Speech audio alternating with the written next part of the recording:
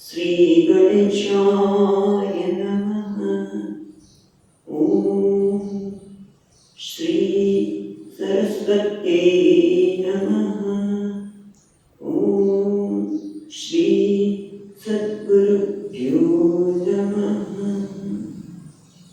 नमः श्री परमहंस स्वादित चरणकमलचिन्मकरन्दाय भक्तजनमानसनिवासाय श्रीरामचन्द्राय वागीसायस्य वदने लक्ष्मी यस्य च वक्षसि यस्यास्ति हृदये संवित् तं नृसिंहं भजे।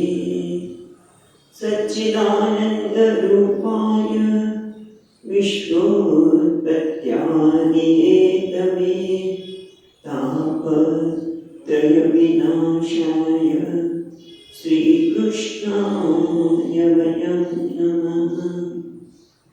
नारायणं नमस्कृत्यं नरं चैव नरोत्तमं देवीं सरस्वतीं व्यासं ततो जयमुदीरये।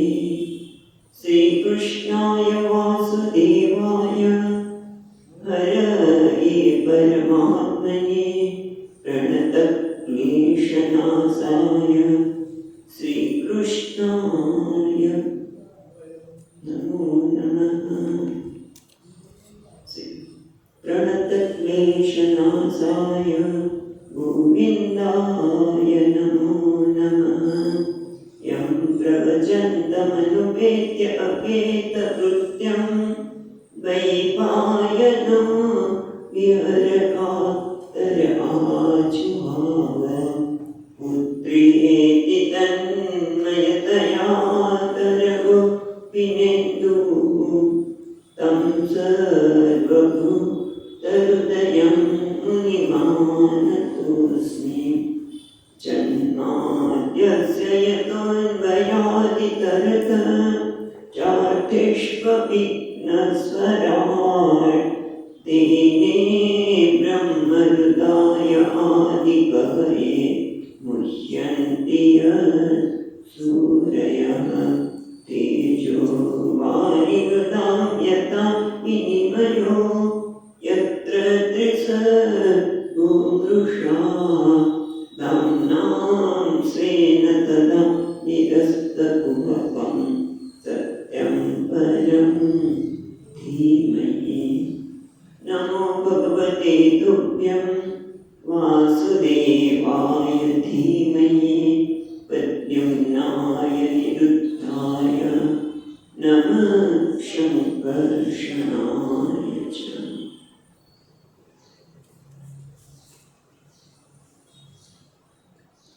તો આપણે હવે ત્રીજા સ્કંદના પહેલા અધ્યાયનું ચિંતન કરી રહ્યા છીએ, કારણ કે ભાગવત કેવું છે કલ્પવૃક્ષ, અને વૃક્ષને જેમ સ્કંદ હોય એમાં ત્રીજો સ્કંદ છે જેમાં સર્ગની વાત કરે છે. સર્ગ એટલે સૃષ્ટિ એક છે તત્વના આધારે, કાલે આપણે જોયું એ પ્રમાણે ગઈકાલે આપણે ભગવાનના કર્મ પ્રમાણે જોયું હતું. સૃષ્ટિ બે પ્રકારની વાત કરી હતી. પછી આ રીતે જોઈએ છીએ કે ભગવાન સૃષ્ટિના બે પ્રકાર છે, એક તત્વના આધારે અને બીજું કર્મના અનુસાર. વ્યક્તિની આકૃતિ, વ્યક્તિની જાતિ, એનું આયુષ્ય, વિવિધ બધું જ વિવિધ યોનિમાં એનો જન્મ એ ભગવાનને હાથમાં હોવા જોઈએ તો જ થઈ શકે. અને આ સૃષ્ટિ કેવી છે? અચિંત્ય રચના, એ ભગવાન સિવાય બીજા કોઈ એ બનાવી શકે નહીં. અને એને કર્તૃત્વ કહ્યું અને નિષેધ માટે પણ આગળ વાત થઈ ચૂકી. પણ પછી આ બધી જ વાત એટલા માટે કરીએ છીએ કે આ બધી લીલાની પાછળનો હેતુ શું છે? આશ્રિત પરમાત્માના સ્વરૂપને જાણવું તે છે. અને ગઈકાલે આપણે જોયું કે વિદુરજીની પહેલા વાત કરે છે અને કહે છે કે વિદુરજી કેવા છે?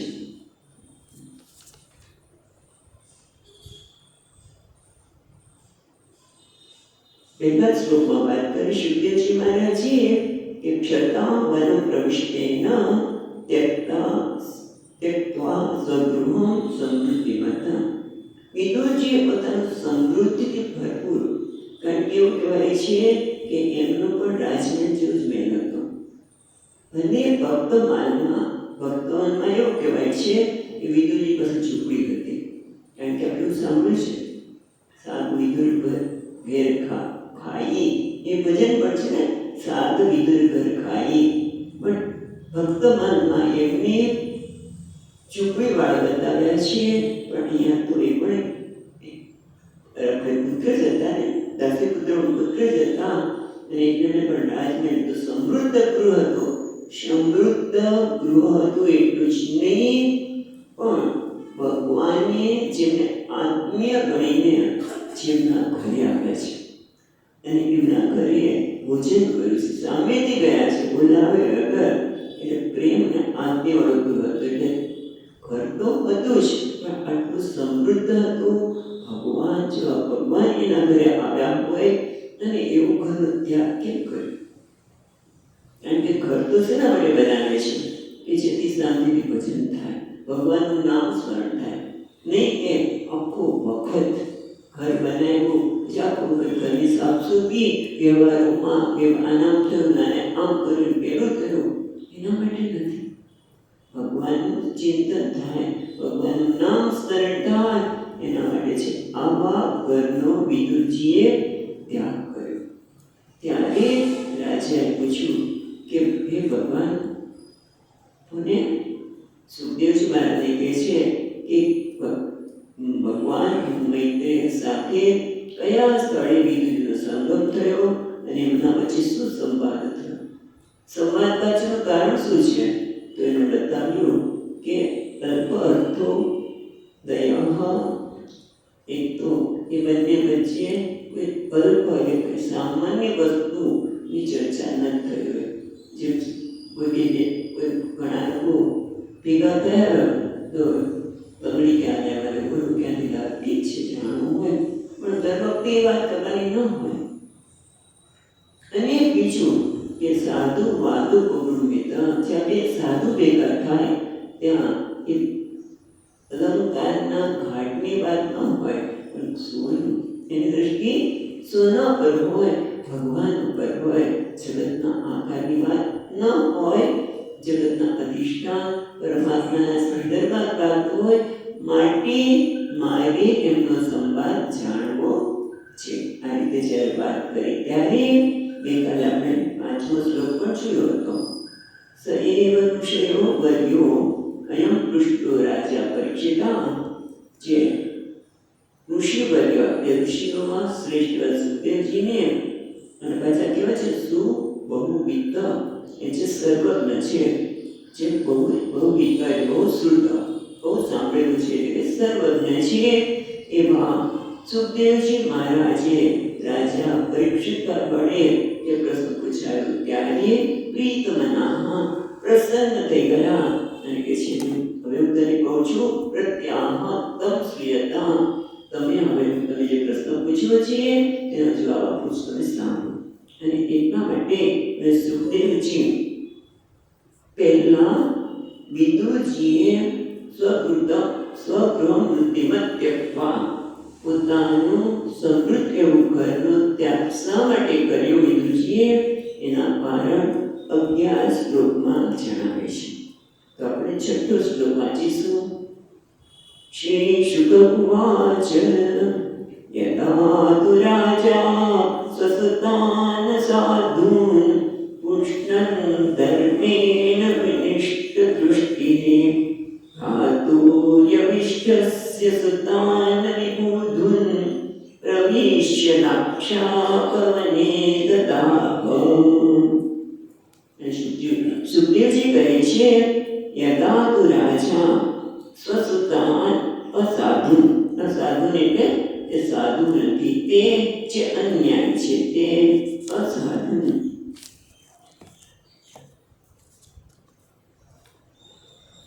પુષ્ણેન અધર્મેણ વિનષ્ટ દૃષ્ટિ યદા જ્યારે રાજા કોણ છે? ધૃતરાષ્ટ્ર. કેવા છે ધૃતરાષ્ટ્ર? તો હમણાં જે શબ્દ વાંચ્યો તે વિનષ્ટ દૃષ્ટિ, જેની દૃષ્ટિ નાશ પામી છે. શેના લીધે નાશ પામી છે? તો જે આગળ કે છે પુષ્ણ અધર્મેણ, બે ન છે એમાં અના લીધે ન સ્વર છે એના લીધે નકાર બે થયા છે સંધિના નિયમ પ્રમાણે. અહીંયા શું થાય છે? પુષ્ણ અધર્મેણ, અધર્મેણ વિનિષ્ટ દૃષ્ટિ યદા જ્યારે તું રાજા ધૃતરાષ્ટ્ર, જેની અધર્મના લીધે ધર્મના સંગ્રામની દૃષ્ટિ નાશ પામી છે અને એના કારણે સ્વસુતાન અસાધુના ભૂષણ, એના કારણે પોતાના પુત્રો જે કે છે અસાધુ, જે અન્યાયી છે, અધર્મી છે, એને પોષણ કરી રહ્યા છે. અધર્મના કારણે નાશ પામી દ્રષ્ટિવાળા રાજા ધૃતરાષ્ટ્રે પોતાના અન્યાય પુત્રોને પોષણ કર્યા છે. પોષણ અને એના કારણે ભાતુર યવિષ્ઠસ્ય, અવિષ્ઠસ્ય એટલે કનિષ્ઠસ્ય એટલે નાના, પોતાના નાના ભાઈ, યવિષ્ઠસ્ય ભાતુહુ, અવિષ્ઠસ્ય કન્યસ નાના ભાઈને, સુતાન વિબુધાન, વિબુધાન એટલે પિતૃહીના, જેના નાના ભાઈઓ એટલે પાંડુના વિબુધાન પુત્ર વગરના, સુતાન એટલે પુત્રો. એટલે કહે છે કે ધર્મના વિષયમાં જેની દ્રષ્ટિ નાશ પામી છે, માટે એના પુત્રો જે અસાધુ છે એને પોષણ કરીને પોતાના નાના ભાઈના પુત્રો જેણે પિતાને ગુમાવ્યા છે તેને પ્રવેશ લાક્ષા ભવને દદાહ, એમણે લાક્ષા ગૃહમાં રાખીને, પ્રવેશ તો કરાવ્યો નથી એમ કહી શકાય, પ્રવેશ અહીંયા પ્રવેશ કરો નહીં પણ રાખીને, લાક્ષા ગૃહમાં રાખીને દદાહ એ બાળી નાખ્યા. જ્યારે બાળ્યા ત્યારે ખરેખર બળ્યા નથી પણ બાળી નાખ્યા. વિદુરજીના પરિણામે જ એ બળ્યા નથી. વિદુરજીને જ ખબર પડી ગઈ હતી અને આ બધી પછી પાછળથી વ્યવસ્થા થઈ. પણ અહીંયા કહે છે કે એક કારણ આ છે, વિદુરજીને પોતાનું સમૃદ્ધ ઘર છોડવા પાછળનું એક કારણ આ છે કે એના રાજા ધૃતરાષ્ટ્રએ પોતાના પુત્રને પોષીને પોતાના નાના ભાઈના પુત્ર જેના પિતા ગુમાવ્યા છે એને લાક્ષાગૃહમાં રાખીને બાળ્યા. પછી બીજું કારણ આપે છે 7મા શ્લોકમાં, યદા સભાયામ ગુરુદેવ દિવ્યા કેશા વિમર્શમ સુતકર્મ વર્ભ્યામ નવારયામાસ અનુપસ્નશુયા શાસ્ત્રૈ હરન્ત્યા કુચકં કુમારી. એટલે યદા સભાયામ, જ્યારે ભરી સભામાં, સભાયામ ભરી સભામાં ગુરુદેવ, ગુરુદેવસ્ય ગુરુમાં જે દેવ સમાન છે એટલે કે યુધિષ્ઠિરસ્ય, દિવ્યાઃ ગુરુદેવ દિવ્યાઃ, દિવ્યાઃ એની પત્ન્યાઃ એટલે કે એની પત્ની દ્રૌપદી. એને શું થયું? યદા સભાયામ ગુરુદેવ દિવ્યાઃ કેશ અભિમર્શમ સુતકર્મ ગર્હ્યમ, કેશ બાળ અભિમર્શમ બાળ ખેંચીને, જે સુતકર્મ પોતાના પુત્રનું કર્મ કેવું છે? ગર્હ્યમ, ગર્હ્યમ એટલે નિંદિત કુકર્મ, એના પુત્રનું કર્મ કેવું છે? કુકર્મ છે. અને પાછા કે છે ન પારયામાસ નૃપઃ સ્નશુયાઃ, કેશા વિકર્ષમ. ત્યાં જોવું જોઈએ કે નૃપઃ એટલે રાજા એટલે ધૃતરાષ્ટ્ર, ન વારયામાસ એટલે અટકાવ્યા ને કોને? સ્નુષાયાઃ કેશા વિકર્ષમ, એમના પુત્રવધુ, દ્રૌપદી પણ પુત્રવધુ છે એટલે સ્નુષાયાઃ પુત્રવધૂના પરિસરમાં કેસથી ખેંચીને લાવવામાં આવ્યા ત્યારે સુત કર્મ ગર્હમ, જે પોતાના પુત્રનું કર્મ નિંદનીય છે, કુકર્મ છે, એવા પુત્રને ન વારયામાસને અટકાવ્યા નહીં. પછીની વાત છે જો બહુ સુંદર છે. એનો બે અર્થ થાય છે.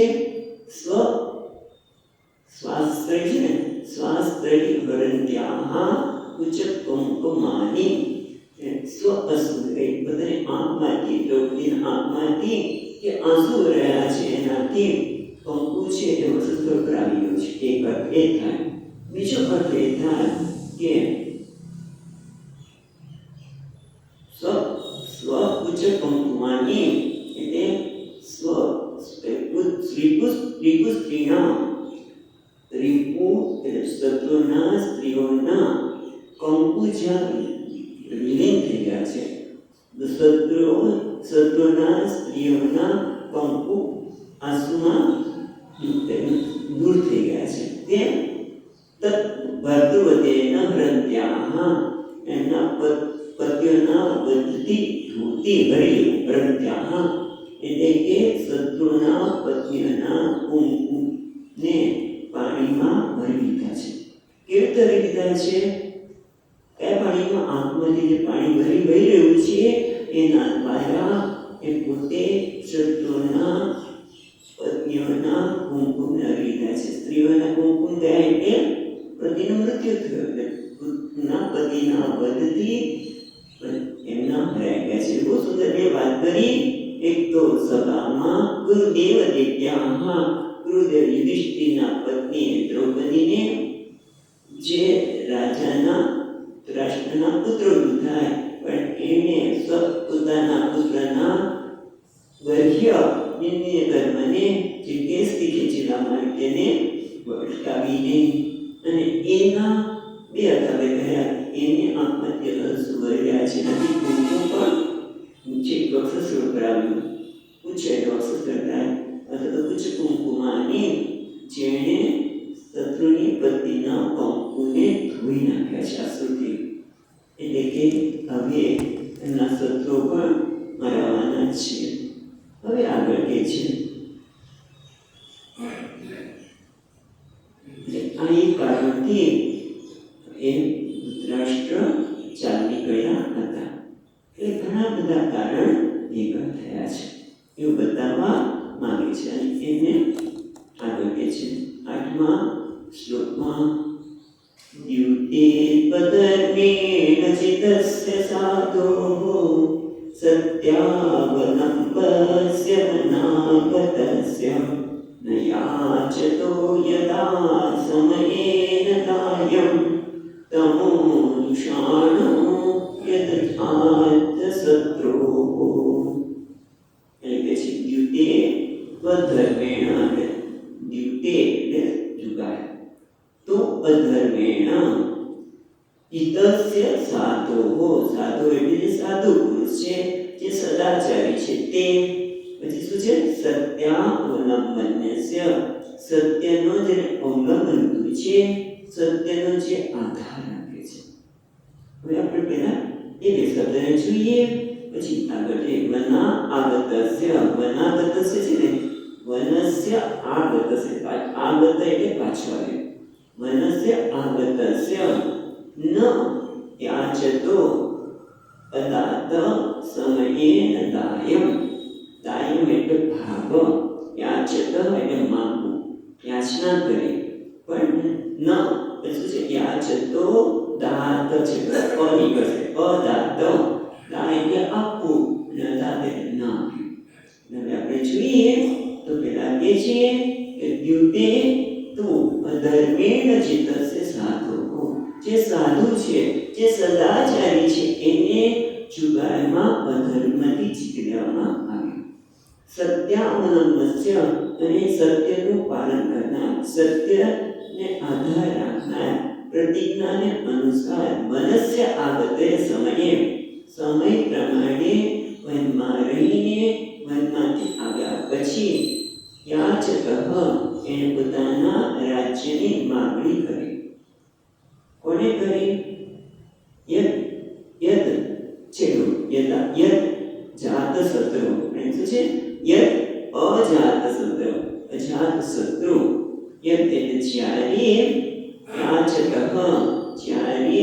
અજાતશત્રુએ યાચના કરી.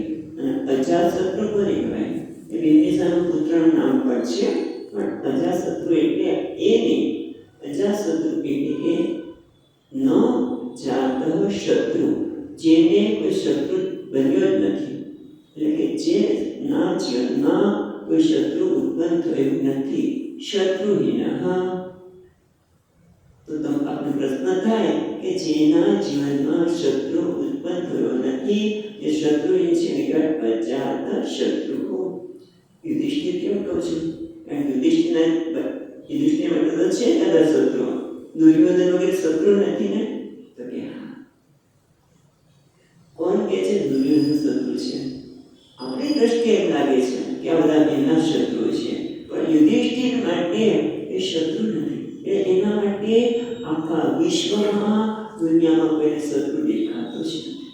કારણ કે આપણે કહે છે કોઈ કહ્યું એક વાત આવે છે કે દુર્યોધનને અને યુધિષ્ઠિરને બંનેને ગુરુએ દ્રોણાચાર્ય કહ્યું કે જો આખા જગતમાંથી કોઈ ખરાબ વ્યક્તિને લઈ આપ. યુધિષ્ઠિરને અને દુર્યોધનને કહ્યું. તો યુધિષ્ઠિર આવ્યા, તમે લઈને આવ્યા, મને તો કોઈ ખરાબ વ્યક્તિ લાગી જ નથી, કોઈ શત્રુ લાગ્યો જ નથી. અને દુર્યોધન પૂછ્યું તો કોને લાવો? આખી દુનિયા લાવો, બધા એવા જ. એટલે એક કહેવાનું એ છે કે અજાત શત્રુ એટલે કે જેના જીવનમાં કોઈ શત્રુ જન્મ્યો નથી, ઉત્પન્ન થયો નથી. એટલે કે એની દ્રષ્ટિમાં, લોકોની દ્રષ્ટિમાં હોઈ શકે. અજાતશત્રુએ ત્યારે અજાતશત્રુએ સમયને યાચતા, સમય પ્રમાણે વનમાંથી આવીને માગણી કરી ત્યારે દાયમ એટલે ભાવ ન અદદાતમ ન એટલે આપ્યો છે. એમણે આપ્યો. કેમ ન આપ્યો? તમોજુષામાણ. કારણ કે રાજા તમોગુણ એટલે મોહ, જુષાણામ એટલે સેવમાનાનામ, જે રાજા મોહથી ગ્રસ્ત છે, પુત્રના મોહથી ગ્રસ્ત છે, એને કહેવાય છે આજુષાણા એટલે ગ્રસ્ત. આમ તો સેવમાન માટે એ મોહથી ગ્રસ્ત છે, અવેગથી ગ્રસ્ત છે. એટલા માટે ખરેખર આપી દેવો જોઈએ તો હતું, પણ છતાં એમણે અજાતશત્રુને એનો ભાગ આપ્યો નહીં. એટલું જ નહીં, હવે આગળ કહે છે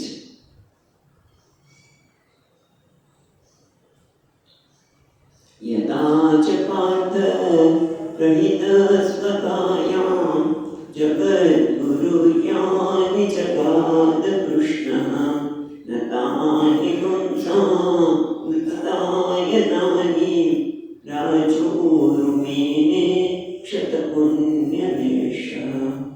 યદા ચ પાર્થ પ્રહિતઃ સભાયામ જગદ્ગુરુઃ યાનિ જગાદ કૃષ્ણઃ ન તાનિ પુંસાં, પછી અનિ કરશે, પુંસાં અમૃતાય નાની. પછી રાજ ગુરુ એટલે બહુ મેને ક્ષતપુણ્યલેશ. એટલે શબ્દનો અર્થ જોતા જઈએ તો કે છે યદા પાર્થ પ્રહિત સભાયામ કૃષ્ણ. પહેલા કૃષ્ણને પહેલા યદા જ્યારે, અને અને બીજું પણ કારણ છે યદા જ્યારે પાર્થ સભાયામ કૃષ્ણ પ્રહિત, જ્યારે સભામાં એટલે કે સમાધાન માટે પાર્થ અહીંયા વૃથા પુત્ર ખરા, પણ કોણ? યુધિષ્ઠિર. જ્યારે વૃથા પુત્ર યુધિષ્ઠિરે સભામાં કૃષ્ણને પ્રહિત મોકલ્યા, અને એ થયા પણ ખરા. એટલે કહે છે તાની જગદુરુ પછી લઈએ છે ન તાની પુંસાં અમૃતાય નાની રાજ ઉરુ મેને. એટલે કહે છે પહેલા તો કૃષ્ણને કેવા છે તો જે જગદગુરુ છે, જગદગુરુ. અને એટલા માટે યાની વચનાની, જેમના વચનો કેવા છે. પુંસામ એટલે પુરુષો માટે. કોના માટે? ભીષ્મ પિતામહ દ્રોણાચાર્ય માટે. કેવા છે? અમૃત નાની, અમૃતવાળા છે. એટલે કે એમનું વચનો અમૃત જતા વચનો, પણ છતાં રાજા ઉર્મેને તાની, પણ તે વચનો રાજા યુધિષ્ઠિર એટલે શું રાજા ધૃતરાષ્ટ્ર કે રાજા તરીકે કહેવા જાય તો દુર્યોધન, બંને રાજા દુર્યોધન અને એમને બહુ ન મેને, એમને બહુ એટલે ગુરુ એટલે બહુ ન મેને એમને ગણકાર્યા જ નહીં, એમનો સ્વીકાર કર્યો નહીં. ન મેને ગણકાર્યા નહીં, ઈરાદત કર્યો, સ્વીકાર્યા નહીં. કેમ ન સ્વીકાર્યા? એનું કારણ શું છે ભાઈ? તો કે છે ક્ષત પુણ્ય દેશ. ક્ષત એટલે નષ્ટ, જેનું નષ્ટ થશે. શું? પુણ્ય દેશ. એટલે પુણ્ય તો કરવું, પણ કેવું લેશ, પુણ્ય એમના ભાગ્યમાં રહ્યું જ નથી. લેશ પુણ્ય. કારણ કે એક તો ધૃતરાષ્ટ્ર પાસે સુખનું, કીર્તિનું અને ધર્માચરણનું પુણ્ય તો રહ્યું જ નથી. કારણ કે આપણે માનીએ છીએ કે જીવનમાં સુખ, કીર્તિ એ બધું ધર્મનું આચરણ કરવાની ઈચ્છા થાય, સત્સંગ કરવાની ઈચ્છા થાય અને આપણે આવી શકીએ, એ પણ પુણ્યનું કર્મ છે. ઘણા લોકોની ઈચ્છા હોય પણ કેમ નથી આવતા? હવે કોઈ ઘરના છોકરી આવી છે, ગમે ત્યાં છે, મને નાના છે બહુ ગમે છે, નાના છે આવી શકે નહીં. પુણ્ય ક્યાંક ખૂટે એવું થયું ને. પુણ્યનું ગમે તેવી ઈચ્છા હોય, શરીર કામ નથી કરતું. આવું તો જે સ્વામીની છે, પણ શરીર સાથ આપતું નથી. કોણ યાદ આવે મને? પુણ્ય દેશમાં. એટલે પુણ્ય હોય તો ધર્મનું આચરણ થઈ શકે, સત્સંગ થઈ શકે, કીર્તિ મળે અને સુખ મળે. એ બધું તો ધૃતરાષ્ટ્ર જતું જ રહ્યું છે. સુખ, કીર્તિ અને ધર્મનું આચરણ તો રહ્યું નથી, પુણ્ય રહ્યું નથી. પણ એ થોડું પુણ્ય લેશ. પુણ્યને ક્લેશ છે. શેના માટે? રાજ્ય ભોગવાનું. રાજ્ય અત્યારે જે ભોગવી રહ્યા છે એના કોઈ થોડા પુણ્ય બાકી રહ્યા છે માટે રાજ્ય ભોગવે છે. એ તો રાજ્ય ભોગવી પણ શકે નહીં. એટલે કે છે એમના જે થોડા ઘણા પુણ્ય છે એ બધા પુણ્ય તો નાશ થઈ જ ગયા છે. એ જ પુણ્યને લીધે એ ભગવાનના વચનો જે અમૃત જતા હતા, જે અમૃત જતા કેમ કીધા કે ભીષ્મ પિતામહ વગેરેને અમૃત જતા લાગ્યા કે આ યોગ્ય વાત કરી રહ્યા છે. બીજું કંઈ નહીં તો તમે 5 રાજ્ય તો આપી દો, 5 ગામ આપો. પણ છતાં મેં કેટલું સુંદર વાત કરી. એ તો અહીંયા ચર્ચા નથી આવતી, પણ બધી સુંદર ચર્ચા છે. એ બધી વાત કરી છતાં આ લોકોએ રાજ ઉર્મેને ક્ષત પુણ્ય દેશ, રાજાએ એને ગુરુ એટલે વધારે ન મેને માન્યા જ નહીં. અમૃત જતા વાક્યોને પણ એને વધારે માન્યા નહીં. કારણ કે એમનું પુણ્યનો લેશ થઈ ગયો. લેશ પુણ્યનો પણ અપેક્ષા થઈ રહ્યો હતો. એટલા માટે ભગવાનના વચન માન્યા નહીં. અહીંયા મંજિતરીમાં કહે છે ગુરુ માત્ર સે વચઃ ગ્રાહ્યતા કિમ તો જગતગુરો હો. એટલે કે છે શાસ્ત્રમાં એવું કહ્યું છે કે ગુરુના ફક્ત ગુરુ જ હોય તો એના વચન પણ ગ્રહણ કરવા યોગ્ય છે. ગુરુના વચન પણ ગ્રહણ કરવા યોગ્ય છે. તો કે પોતા જગતગુરુ હો. આ તો ભગવાન કોણ છે? શ્રી કૃષ્ણ તો જગતગુરુ છે ને એના વચન માટે તો કેવું શું? અને એના વચનને તો કોઈએ પણ આંખ વીંચીને ગ્રહણ કરવા જોઈએ. અને ધૃતરાષ્ટ્રે ગ્રહણ કરીને એને જે શાંતિદૂત તરીકે આવ્યા છે એ પ્રમાણે સ્વીકારી અને આપી દેવા છે. બીજું અહીં આપે છે મંજિતરીમાં આગળ પણ ક્ષત પુણ્ય દેશ. એના માટે કહે છે કે વાક્યમ શાસ્ત્ર ગુણ નષ્ટ પુણ્યસ્ય રોચતે. એટલે કે છે કે જેનું પુણ્ય નષ્ટ થયું છે એ જરા જેવું પુણ્ય છે. નષ્ટ પુણ્ય દેશ ક્ષત પુણ્ય દેશ. જેનું જરાક જેવું પુણ્ય છે તેઓને શાસ્ત્ર અને ગુરુના વચનો રૂચતા નથી, એમને ગમતા નથી, રૂચતા નથી. એટલે જેનું પુણ્યક્ષણ થયું છે તેને શાસ્ત્ર અને ગુરુના વચનો રૂચતા નથી. ક્ષત પુણ્યને માટે સિદ્ધર મહારાજે આ પ્રકારે અર્થ કર્યા કે ગુરુના વાક્ય બધાય માનવા જ જોઈએ. આમ બંધ કરીને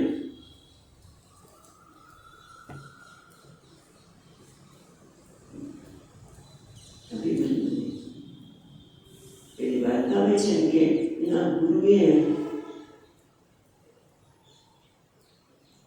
અભિમન્યુ નથી પણ ઉપમન્યુ, હા ઉપમન્યુ બાળક છે પણ છતાં ગુરુના વચન સાંભળે છે અને પછી કીધું તારે કંઈ ખાવાનું નહીં પીવાનું નહીં, પછી આંકડાનું દૂધ પીધું અને એમાં આંખ જતી રહી અને કૂવામાં પડી પણ ગયો. ગુરુના વાક્ય એને સાંભળ્યા તો ગુરુની આંખ પણ પાછી આપેલી. એવી એક વાર્તા ગુરુના સંદર્ભમાં છે. એટલે ગુરુજીઓના તો એની પરીક્ષા કરતા હતા કે એને કેટલી શ્રદ્ધા છે ગુરુમાં. એટલા માટે પણ એક જે પરીક્ષા કરી શકે પરીક્ષામાં એની પાસે તાકાત પણ હોય કે ગુરુ શિષ્યને નુકસાન થયું એ ભરપાઈ પણ કરી આપી શકે.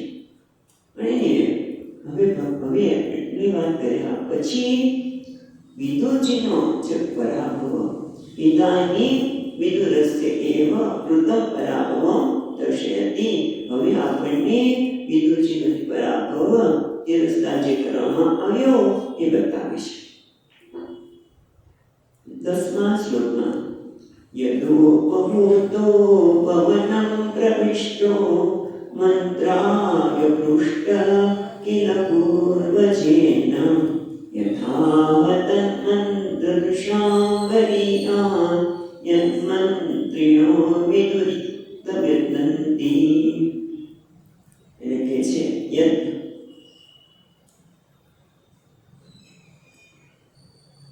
યદા પેલો જોઈ છે છૂટી પાડીને સંધિ છૂટી પાડીને દેતી નથી પણ છતાં પણ યદા ઉપભોક્તો એટલે બોલાવવામાં આવ્યા. ભવન એટલે રાજ્ય અથવા તો રાજમેલ પ્રવેશ કરીને મંત્રાય એટલે મંત્રણા માટે એમની સલાહ માટે મંત્રાય પુષ્ટકિલ પૂર્વજન એટલે પૂર્વ એટલે પહેલા જે પૂર્વજ એટલે જે પહેલા જન્મેલા છે તે પોતાના મોટા થયા. પૂર્વજન એટલે પોતાના મોટા પૂર્વ જન્મેલા પોતાના મોટા ભાઈ ધૃતરાષ્ટ્ર. પછી પ્રથમ આહ તન્મંત્રોના વરિયાન મંત્રીનો વિદુરિકમ વદંતિ.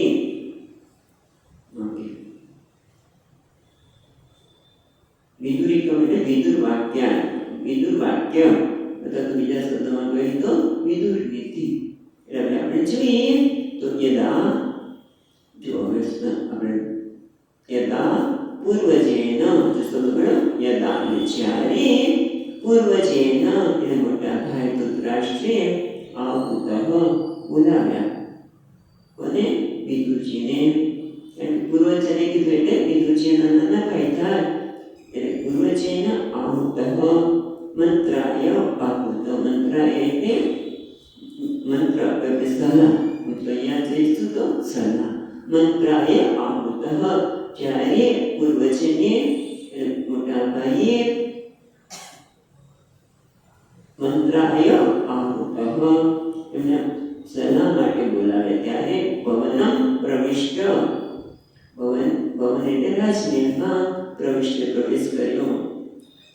મંત્રાય પુષ્ટ એમને મંત્રણા માટે સલાહ માટે કે હવે આપણે શું કરવું જોઈએ. કૃષ્ણ તો કહે છે કે ભાઈ એમને પાછું આપી દો અથવા તો 5 કામ પણ આપો પણ એના માટે આપણે શું કરવું જોઈએ. પુષ્ટ અથવા આહ મંત્રદૃશાંબરીયાન.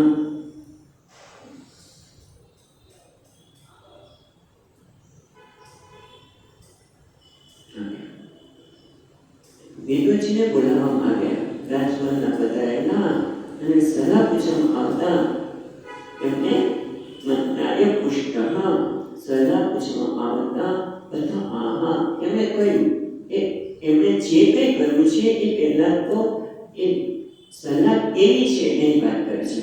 એ સલાહનું શું થયું એ વાત પછી કહે છે. કયા પ્રકારની સલાહ આપી એ પણ પછી કહેશે શ્લોકમાં. પણ અહીંયા એટલું જ કહેશે તથા આહા તદ મંત્ર દુષ્ણામ વરિયાન. એ જે સલાહ આપવામાં આવે છે એ વરિયાન એ સૌથી શ્રેષ્ઠ હતી. અને એટલા માટે યન મંત્રીના એટલે જે મંત્રને જાણનાર એટલે નીતિ વિશારદ નીતિ શાસ્ત્રના જાણકાર એવા મંત્રાણા વિદુર એકદમ એને વિદુરની સલાહ કરતા. બીજા શબ્દમાં કહીએ તો વિદુર નીતિ જે આજે પણ જાણીતી છે. વિદુર નીતિ વદંતી એને વિદુર નીતિ તરીકે વિદુર નીતિ શાસ્ત્ર તરીકે કોણ કહે છે? જે જાણે છે. નીતિ એટલે જાણે છે, નીતિ શાસ્ત્ર જાણે છે. આપણે કહે છે મંત્રીના. જે મંત્રીના છે, જે નીતિ શાસ્ત્ર છે એને વિદુર એકદમ વદંતી એને વિદુર નીતિ શાસ્ત્ર કહે છે. પહેલા તો વિદુરજીના વાક્યને શ્રેષ્ઠ છે જેને આજે પણ વિદુર નીતિ તરીકે ઓળખાય છે. હવે શું કીધું વિદુરજીએ? રાજ્યમાં જઈને બીજા બધા પણ હશે જ, કારણ કે રાજ્યમાં કયા દુર્યોધન પછી આપણે શકુની કર્ણ બધા પણ હશે જ. અને એ સમયે એમણે શું સલાહ આપી એ આપણને 11મા શ્લોકમાં કહે છે. અજાત શત્રુ પ્રતિયચ્છતાયં વિતક્ષતો દુર્વિષહં તવાગઃ સમાનુજો યત્ર વૃકોદરાહિ સ્વસન્નુષાયત્વમનં વિભીષી. અહીંયા થોડા આપણે સમજી ચૂકે પડી દઈએ તો અજાતશત્રુ એટલે અજાતશત્રુ એટલે યુધિષ્ઠિર. અજાતશત્રુ પ્રતિયચ્છતાયં દાયમ એટલે ભાગ પ્રતિયચ્છ આપી દો. કેમ? કારણ કે અજાતશત્રુ યુધિષ્ઠિર કેવા છે તો કે છે દુર્તિતિક્ષતઃ દુર્વિષહં એટલે કે જેને સહન કરવું બહુ મુશ્કેલ છે. દુર્વિષહં એ સહન કરવું જે અશક્ય છે તે તિતિક્ષતઃ એ એમણે સહન કર્યું છે. તમે અત્યાર સુધી એમને એટલી બધી મુશ્કેલી આપી છે કે જે સહન કરી અતિ મુશ્કેલ છે, સહન કરી શકાય નહીં, છતાં પણ તેમણે સહન કરી છે. એટલે શું કહે છે? તવ આગહ એ અપરાધ. તમારા જે અપરાધ છે ને તવ આગહ એ અપરાધ. તમારા અપરાધ કેવા છે? દુર્વિષહં જે અપરાધો છે એ ખરેખર સહન કરવા યોગ્ય નથી. તમે જે ખોટું કાર્ય કર્યું છે એ ખોટું કાર્ય ખરેખર કોઈ સહન ન કરે, છતાં અજાતશત્રુએ એને સહન કર્યા છે. માટે અજાતશત્રુ પ્રતિયચ્છતાયં માટે તમે અજાતશત્રુને એમનો ભાગ આપી દો. કારણ કે આપણા અસહ્ય અપરાધને સહન કરી રહેલા અજાતશત્રુ જે ધર્મરાજા છે એ રાજ્યનો ભાગ પાછી આપી દો. કારણ કે એમની પાછી વિદુરજીની નીતિમાં શું છે કે આ લોકો કોઈ સામાન્ય નથી. તે પાંડવો પાસે 5 પ્રકારના બળ છે.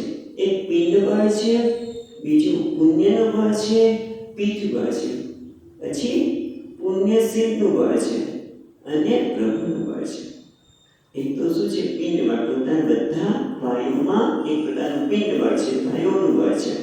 પુણ્યનું બળ છે, કારણ કે બધા સદાચારી છે, ધર્મના માર્ગે જાય છે, માટે પુણ્યનું બળ છે. પછી પીઠ બળ છે, ભગવાનનું બળ છે, પીઠ બળ. પછી પુણ્યશીલનું બળ છે. વિદુર જેવા પુણ્યશાળીઓ પણ એમને આમ તો વિષ્ણુ પિતામાં પણ ભલે બોલી નથી શકતા અને બધા કૃષ્ણ પિતામહે તો ખૂબ પ્રયત્ન કર્યા, પણ છતાં એ અટક્યું નહીં. એમણે ના પાડી હું નહીં લડું વગેરે વગેરે. કે હું આ કર્ણ છે ત્યાં સુધી નહીં લડું, એ જો સેનાપતિ થશે તો નહીં લડું કરીને પાછી પાન તો ઘણી કરી. પુણ્યશાળીનું પણ બળ છે અને છેલ્લું મોટું બળ તો પ્રભુનું બળ છે. એટલે અહીંયા બતાવે છે કે જો આ બધું એમના પોતાનું પિંડ બળ પણ છે. એટલે પહેલા તો કહે છે કે તમારા જે અપરાધ સહન ન થાય એને પણ અજાતશત્રુએ સહન કર્યા છે. માટે કાયમ પ્રત્યક્ષ ભાગ આપી દો. કારણ કે ત્રીજી રીતમાં એ છે સ અનુજ સહાનું જો છે ને સ અનુજ અનુજ એટલે નાના ભાઈ, સ અનુ બધા નાના ભાઈ સાથે એટલે અર્જુન, નકુલ, સહદેવ અને ભીષ્મ બધા કેવા છે ત્યારે યત્ર એ લોકોને તો સ્વીકાર થયો જ નથી, પણ મોટા ભાઈના કેવા પ્રમાણે એ લોકો સ્વીકાર રહ્યા છે. પણ ખરેખર કેવા છે? સહાનુજો યત્ર મુકોદરઃ અહિ શ્વસન વૃષા. રૂપોદર પહેલા તો રૂપોદર ભી અને મૃગોદર જેના પેટમાં અગ્નિ છે એટલે કે જેના ઉદરમાં વિશ્વને બાળી નાખે ઉદર છે, અગ્નિ છે ઉદર, એના ઉદરમાં વિશ્વને બાળી નાખે એ ઉદર અગ્નિ છે. અને પાછો કેવો છે? અહિ અને સર્પ. રૂપોદરા હિ છે ને રૂપોદર અહિ એટલે સર્પ. શ્વસન વૃષા એ રૂપોદર છે ભીમ એ તો સાપને જેમ ફૂફાડા મારે છે અને કેટ વૃષા શ્વસન એટલે ફૂફાડા મારવા, વૃષા ક્રોધથી ફૂફાડા મારી રહ્યો છે. અને એના કારણે યત્તુ મતલબ છે ને યત્તુ અમલમ વિવેશી, અને એના કારણે તમે બધા ખૂબ પીવો છો. અમલમ એટલે અહીંયા ખૂબ અમલમ એટલે પૂર્ણ રીતે તમે વિવેશી તમે બધા પી રહ્યા છો. એટલે એક તો બધા અપરાધને સહન કર્યા છે એટલા માટે પણ આપવું જોઈએ. અને આના બધા નાના ભાઈઓ છે ને એ કોઈ શાંત બેસી શકવાના નથી, અને એના કારણે તો બધા કેવી રીતે ડરતા હતા. અને આપણે એક કેવું યાદ છે કે જ્યારે યુદ્ધ પૂરું થઈ ગયું અને ભીમને મારે ભેટવું છે, એને મારે અભિનંદન આપવા છે, તે કૃષ્ણ ભગવાને ભીમના સ્થાને લોખંડનું પૂતળું મૂક્યું અને છતાં ધૃતરાષ્ટ્ર જે પેટ્યા ત્યારે લોખંડ ટુકડો તૂટી ગયો હતો. એટલે એટલો જ દેશ એનામાં છે, એ પણ આપણે કંઈક વાંચ્યું છે. એટલે ટૂંકમાં આ બધા તમે એનાથી બીવો છો. આગળ કહે છે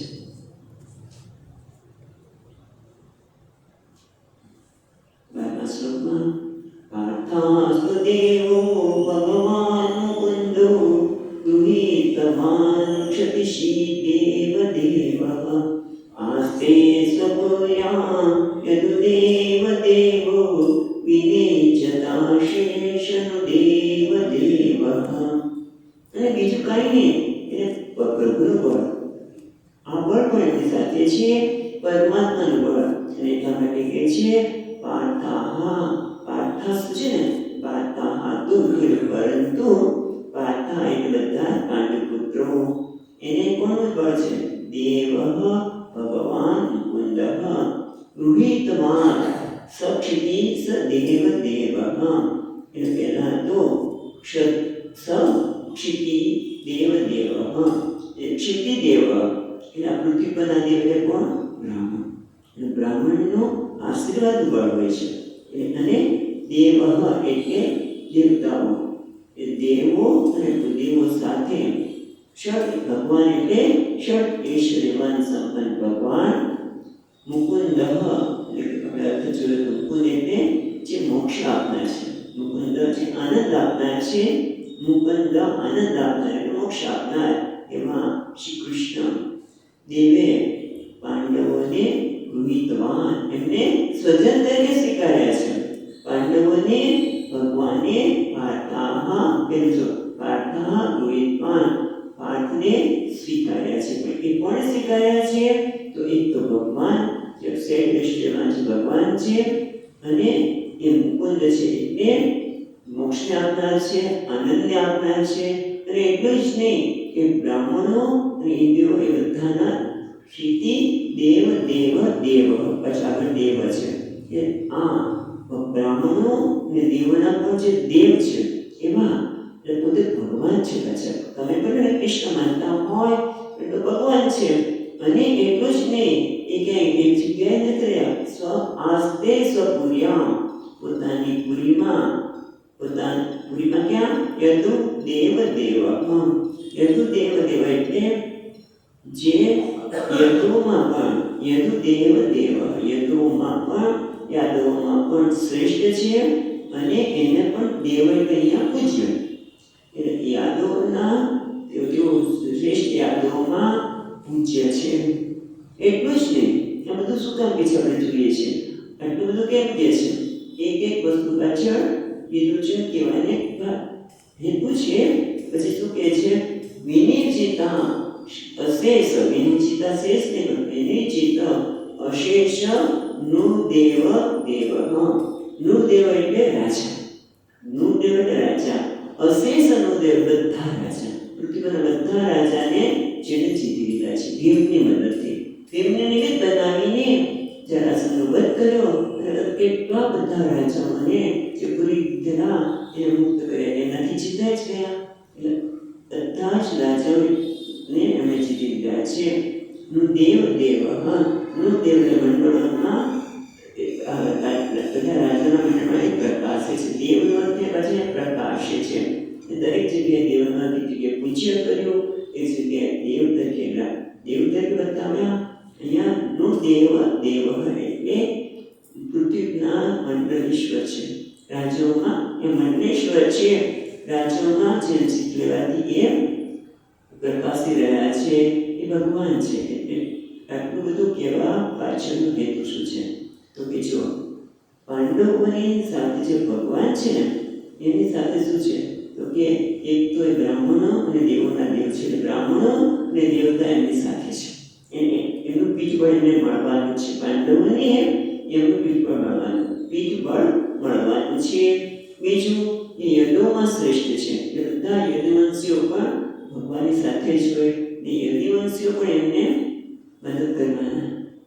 ત્રીજી વસ્તુ કે એમણે અશેષ નૃદેવ એની જીતા, બધા જ રાજાઓને જીતી લીધા છે. અને રાજાઓને જ્યારે છોડાવવા હશે ત્યારે એમના એ ઋણી બની જ ગયા છે. બધા રાજાઓ પણ એમની સાથે છે. એટલે આથી પાંડવોને તમે રાજ્યભાગ આપી દો, કારણ કે ભગવાન જેની સાથે છે, ભગવાને જેને સ્વીકાર્યા છે, ને ભગવાન કોઈ સામાન્ય વ્યક્તિ નથી.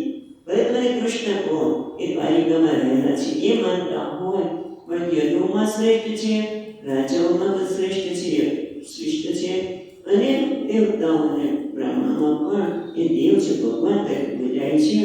માટે એમને પાંડવોને રાજ્યભાગ આપી દો. પણ મારા છોકરા કામ ઓછા છે, બરાબર? તો કારણ કે જ્યારે અહીંયા કરું કે દુર્યોધને એટલું બધું સહન કર્યું અને ભીમ રૂપોદર છે, આમ ફૂફાડા મારે છે, તો કે મારું દુર્યોધન પણ કમ નથી. તો તમારા દુર્યોધન કરતા આટલું પીઠબળ મારી પાસે છે, રાજાનું છે. કારણ કે ભગવાન છે, બધું હવે કે ભગવાનની સાથે રાજાઓનું બધા અશેષ રાજાઓનું બળ, યદુવંશોનું બળ અને દેવતાઓને બ્રાહ્મણનું બળ. એટલા માટે તમે આપી દો. અને દુર્યોધનને તમે રાજ્યભાગ આપવાનું ન માને તો, કારણ કે હું તો આપી દેવા તૈયાર છું, પણ દુર્યોધન આપવા તૈયાર નથી, તો એના માટે કે છે દુર્યોધન કે આપવા નથી માનતો તો કેવો છે? તેના શ્લોકમાં કહે છે સ એષ દોષ પુરુષોપિતાસ્તે ગૃહાન પ્રવિષ્ટો યમપત્યમત્યા કૃષ્ણાસી કૃષ્ણાદિમુખો ગતશ્રી તજ્જાસ્વસેવ કુલકૌશલાય. એને કહે છે સહ એષ દોષઃ ગૃહં પ્રવિષ્ટઃ. પેલો શબ્દ પછી લઈશું પુરુષ વિદ આસ્તે, આસ્તે તે રહેલો. પેલા કે છે સ એષ મૂર્ત દોષઃ એવ ગૃહાન પ્રવિષ્ટ આસ્તે. એક પહેલી લઈશું તો કે સ એટલે આ તે જે દોષ તો છે મૂર્તિમંત દોષ, જે સ્પષ્ટ દોષ છે એ ઘરમાં પ્રવેશ કરીને આસ્તે રહેલો છે. પણ કે કોણ એનું શું કોણ છે? એ કોણ છે દોષ કાઢવો? અને એ કયો દોષ કર્યો છે? તો એ છે દોષનું કારણ છે પુરુષવિદ એટલે કે શ્રી કૃષ્ણનો દ્વેષ કરે છે, એ ભગવાનનો દ્વેષ કરે છે. ભગવાન આટલી મંત્રણા કરવા આવ્યા, એમણે કહ્યું છતાં ન માન્યું, ભગવાનનો દ્વેષ કરનાર છે. અને કોણ છે? તો કે છે અયમ અપત્યમત્યા કૃષ્ણાસી. એ જે દોષ પ્રવેશ કરેલો છે, જે કૃષ્ણનો દોષ કરે છે, એ કોણ છે? તો અયમ અપત્ય મત્યા પુષ્ણાસી, તેને નિર્દેશ કરનાર છે, જેને તમે અપત્ય મત્યા, અપત્ય પુત્ર, મત્યા મતિ, બુદ્ધિથી પુષ્ણાસી, તમે પોતાના પુત્ર છે એ રીતે એને પોષો છો. દુર્યોધનને તમે જે મૂર્તિમંત દોષ છે, જે મૂર્તિમંત દોષ છે, અને એને કારણ કે ભગવાનનો દ્વેષ કરે છે અને એને તો તમારો પુત્ર માનીને મોહથી એને તેને પોષી રહ્યા છે. એનું સાંભળતા જ એને તમે મહત્વ બુદ્ધિ આપી રહ્યા છો. એ જે કહે છે એને તમે ના પાડી શકતા નથી. પણ નીતિશાસ્ત્ર શું કહે છે? તો કહે છે કે કૃષ્ણ વિમુખો ગતશ્રીની તજ્ય તજ્ય પછી છે અશ્વસેવ, તો કે તજ્ય અશુ આમ નીકળશે. તજ્ય પછી તજ્યામાં અ નીકળશે. અ પછી શ છે ને પછી બ છે.